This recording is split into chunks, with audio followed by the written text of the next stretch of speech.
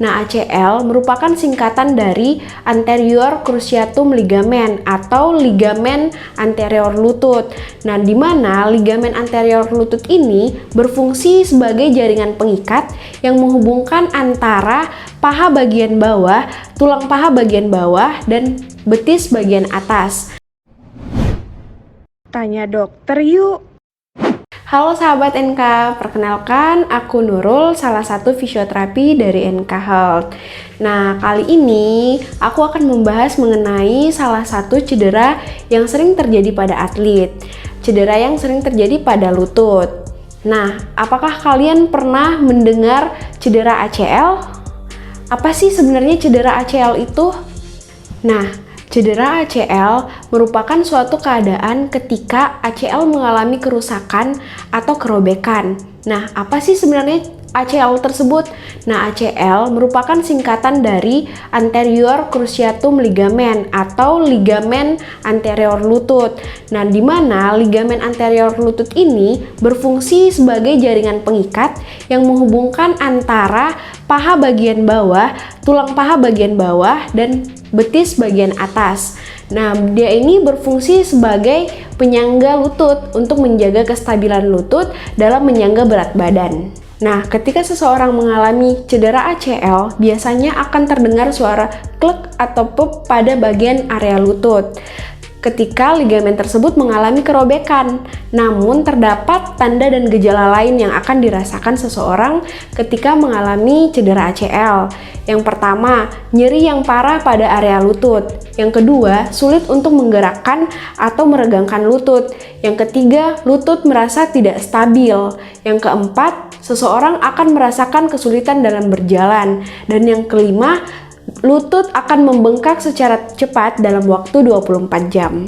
Namun, tanda dan gejala yang dirasakan seseorang yang mengalami cedera ACL dipengaruhi oleh tingkat keparahan. Tingkat keparahan cedera ACL itu terbagi menjadi 4. Yang pertama, tingkat pertama, ketika ligamen cruciatum anterior mengalami kerusakan yang sedikit. Namun, dalam hal ini tidak mempengaruhi kemampuan lutut dalam menyangga berat badan. Tingkat kedua, ketika ligamen anterior cruciatum mengalami sedikit kerobekan. Pada tingkat ini, lutut mulai tidak stabil. Seseorang membutuhkan waktu sejenak untuk menstabilkan lutut, kemudian berdiri dan berjalan. Sedangkan pada tingkat ketiga, ketika ligamen cruciatum anterior mengalami kerobekan secara menyeluruh. Dalam hal ini, lutut benar-benar tidak stabil dalam menyangga berat badan. Yang keempat, disebut dengan avulsi ketika ligamen cruciatum anterior ini terlepas dari tempat melekatnya, baik pada tulang paha bagian bawah maupun tulang betis. Nah, teman-teman pasti bertanya, apa sih penyebab dari cedera ACL? Nah, penyebab cedera ACL itu seperti yang telah kita sebutkan sebelumnya, bahwa hal ini banyak terjadi pada atlet yang melakukan olahraga yang membebankan pada lutut. Adapun gerakan-gerakan yang dapat menyebabkan cedera ACL, yang pertama, ketika seseorang bergerak dengan cepat dan berhenti secara tiba-tiba. Yang kedua, ketika seseorang mengubah arah gerakan kaki secara mendadak. Yang ketiga, ketika seseorang menekuk lutut secara berlebihan.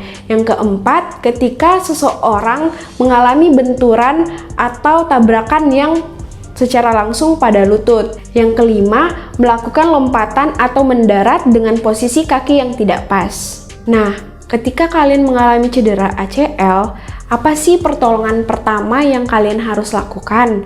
Nah, yang pertama, kalian harus mengistirahatkan lutut kalian untuk mengurangi pembebanan pada lutut. Yang kedua, kalian harus melakukan kompres ice pada area lutut.